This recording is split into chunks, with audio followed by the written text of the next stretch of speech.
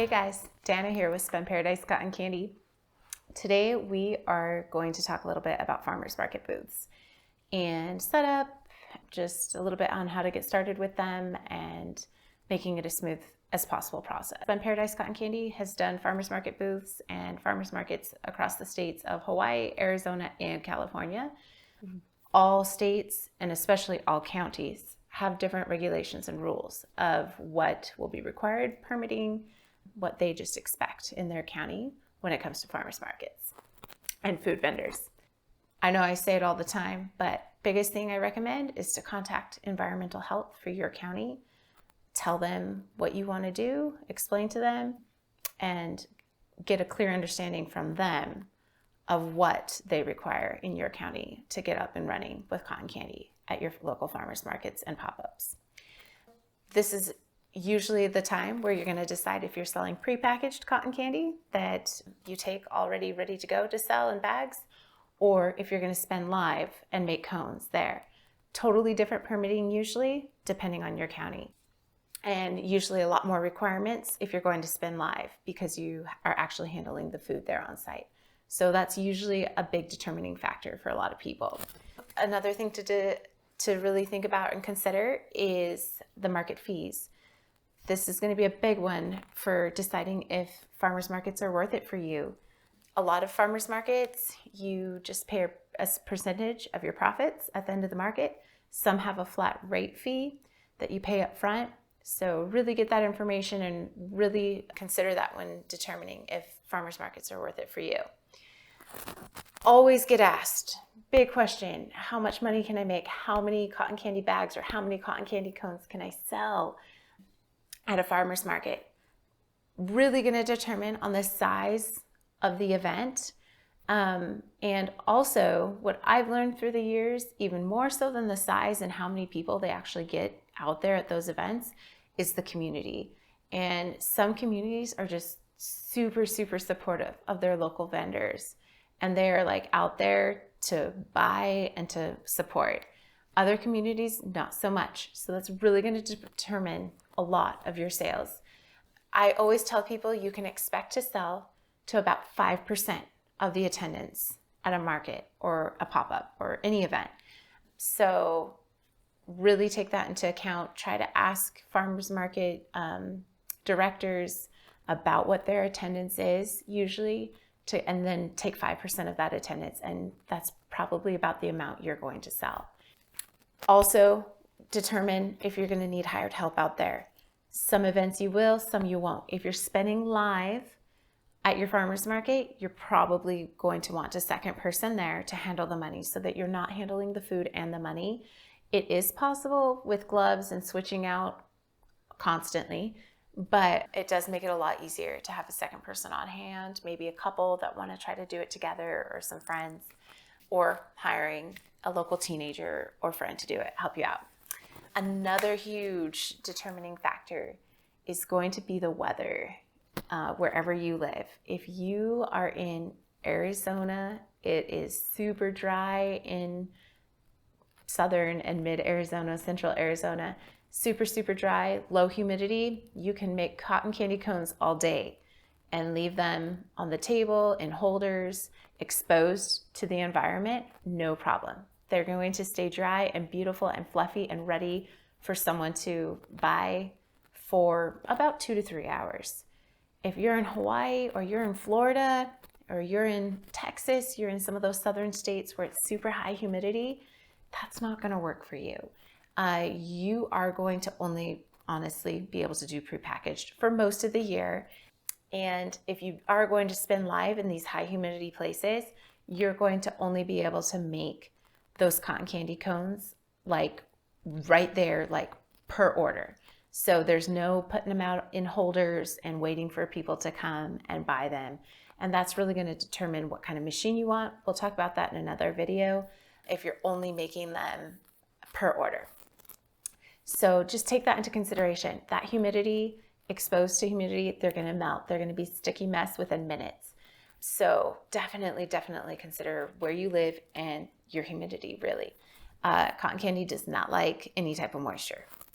And Another thing I really highly recommend before we go into like an actual booth setup and we talk about each of the pieces of equipment we take out is really determine how much time you're going to need to spend before a market and after a market, packing up, getting ready, prepping for it, and how much time afterwards, unpacking, all that process. You really want to consider all your hours and if it's really worth it. Farmers markets can be fantastic, and other pop-up events and like night food truck events, rallies, all those things can be super profitable, and they're great events especially if you're starting out, to get the word out there, get your product out there, get people sampling. And sometimes maybe it's not financially worth it, but it's worth it just to get your product out there. But really, really want to consider some of those factors we just went over. So now, yay, we're going to go through all the equipment down to the hand soap of everything that we take to a farmer's market to set up for our booth. This example that we're sharing today is when we are spinning live with our machine at the event. And please keep in mind that we currently right now have only been doing farmers markets in a super dry environment and weather. And so we are able to have like a nice big holder where we can keep it out for a long time, and we can make a bunch of different flavors and just have them ready to go as people come up. So we are going to start out with, of course, the cotton candy cart. You're going to need some type of structure to take out. We love our cotton candy carts with wheels. They're easy to move around those big heavy machines and just really make it convenient. So you're going to need a cotton candy cart and, of course, the cotton candy machine we use for big events and farmers markets where we want to make a bunch of them, and especially time. If the farmers market's lasting a super long time, a certain amount of hours, anything over 2 to 3 hours, we take out one of our big commercial grade machines. We usually take out our gold medal whirlwind, and then of course it's bubble and bowl as well. Got to have that bubble to protect the cotton candy and to keep everything a little bit cleaner for sure. We also take out the extension cord for the machine. If there is electrical being provided by the farmer's market, we'll totally just plug into whatever they have. But keep in mind that the cotton candy machine does draw a lot of power, and you will need a dedicated line, and make sure you communicate that to the director of the farmer's market if you plan on using their electricity. Otherwise, if you're sharing with another vendor, you're going to trip something with that machine. If you are not going to use electricity, or the farmer's market that you're participating in doesn't provide electricity, you're going to need your own source. We use a generator that is powered with propane, that we use propane. So we have our propane tank and we have our generator. We love this generator. It's super quiet. It's super efficient. Hooked up to the propane, there's no icky smell, which I love because we're, making food, and it's a lot more appetizing. So I love, love, love, love this generator. Of course, we take out our sugars, and I recommend keeping it 4 to 5 flavor options, no more. It's going to start getting really crazy if you have more than 4 to 5 flavors. We use our own sugar floss that we sell wholesale and retail both. We make 22 different flavors, and everything's certified organic and vegan as well. And we love and are really welcomed at a lot of farmers markets that I don't think we otherwise would be welcomed at with such open arms and excitement if we didn't offer organic, natural cotton candy. So it's kind of a big deal as far as, especially for farmers markets, pop-ups as well. But having that clean, unique, no dye, no artificial flavor sugar definitely makes a huge difference for the people that you're selling to at farmers markets. Of course, we have our scoop as well to scoop that sugar, makes it quick and efficient and clean while we're out there. And then we, of course, have our gloves. I love the Gorilla gloves. They're hands down my favorite. I've used these for like 6 years. They don't tear, they don't break. You can really get any type of glove you want, food handlers gloves, but I do really, really, really recommend the Gorilla gloves. There's a lot that are a little thinner, and they really do tear easily, and it's not fun. We always make sure we have tape and like packaging tape and scissors and pens and business cards, just kind of some of those things that you just want to have on hand, little, in case there's something that needs to be repaired or fixed or taped to hold in place, whatever it is. So I just highly recommend having those extra little items on hand. We have the 5-gallon Igloo bucket, water cooler, I guess you would say. That is our hand washing station. That's our water source. It needs to be insulated. Pretty much anywhere that you're required to have a hand washing station, you're going to need the insulated, I should say, cooler to keep that water warm. It needs to be warm, and then it needs to have the spout on it that allows it to have a continuous flow. And then underneath that, we just put another bucket to catch the water, and we have hand soap and paper towel as well for that hand washing station. And then on top of in addition to the hand washing station, we have hand sanitizer as well for just quick sanitizing. Protective eyewear. Gotta have your protective eyewear always when we're using, no matter which machine that is. Gotta have your protective eyewear. These were just fun, clear ones that I found at Forever 21.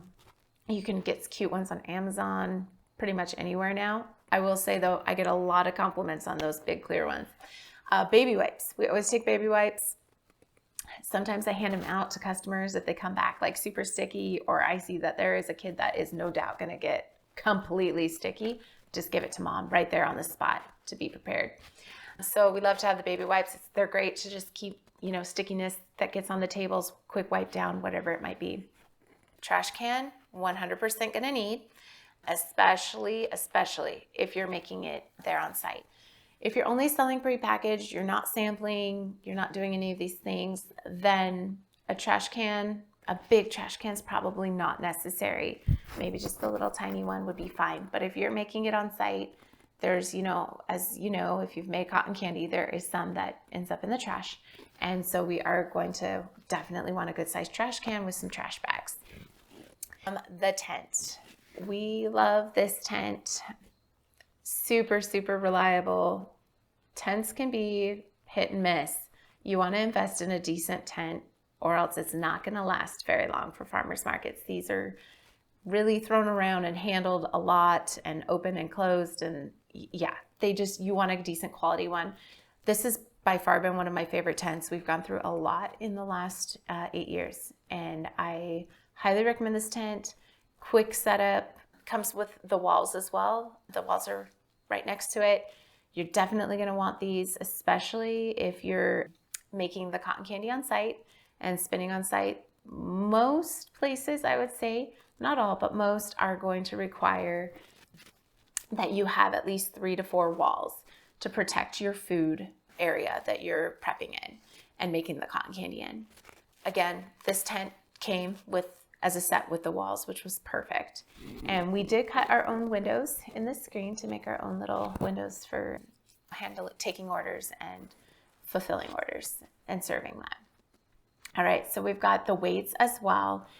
That's going to be required with a tent. And even if it wasn't, you really need to have some type of weight for safety for your own selves and for all the other vendors and customers that are coming through the market. The wind can pop. I don't care how heavy the tent is by itself, the wind is taking the tent. If anything picks up, you need the weights.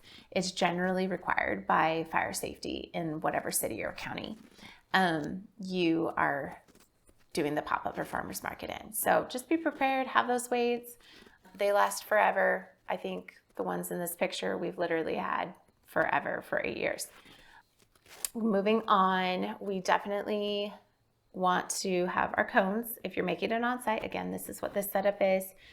We just have this totally standard white paper cones. We bought these at Smart and Final. You can find them on Amazon, online, wherever, web restaurant store. Generally 300 cones to a box. I'd say a box is probably pretty good for a market. Unless you're at like a huge event, then yeah, a couple boxes of those is what you're gonna want. We have this big, huge, long, white thing. It's our cotton candy holder that we made. It holds a ton of cones, which I absolutely love. It's the length of one of the tables. So basically one of our tables is strictly just for holding all the cotton candy cones that we make during an event. Again, that's because we're making this on site. If you're not and you're doing prepackaged, then you don't need the holder. Totally up to which you're doing. So then you see me. Pink apron that I have on, love that apron. Any apron will do. I just highly recommend aprons, one, because they keep you clean or cleaner. But also we use the pockets instead of using a cash box. We use the pockets on our aprons for our money. I prefer it keeping the money on us instead of in a box. And it makes it for just quick, easy change while you're working with customers and taking orders. Again, I always have someone else there separate from me handling the money so that I'm not handling money and food. But yeah, I love any apron that has 3 compartments. We usually do like 1s in a pocket, 5s in a pocket, and then anything 10 or above in the 3rd pocket. Keeps it organized, quick, simple, and efficient.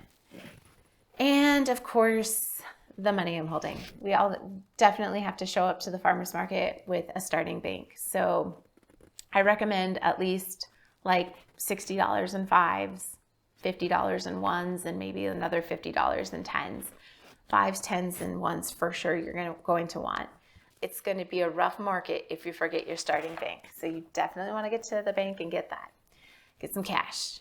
Our cute little chalkboard sign. I love this thing. It's so cute, and I love the chalk markers that come with it. Or actually, they didn't come with it. I bought them separate.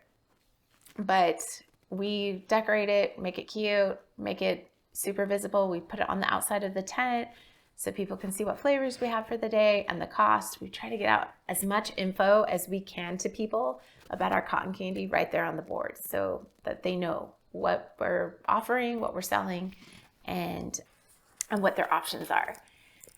We usually sell, you can see on the board, our cotton candy cones for $5 each. You could totally do $6 or $7 as well, or $4. It's totally up to you. But we found that $5 a cone is a really good price point for people. They are happy with that pricing. And then the last thing, of course, up in the corner that is pretty obvious, but you need tables.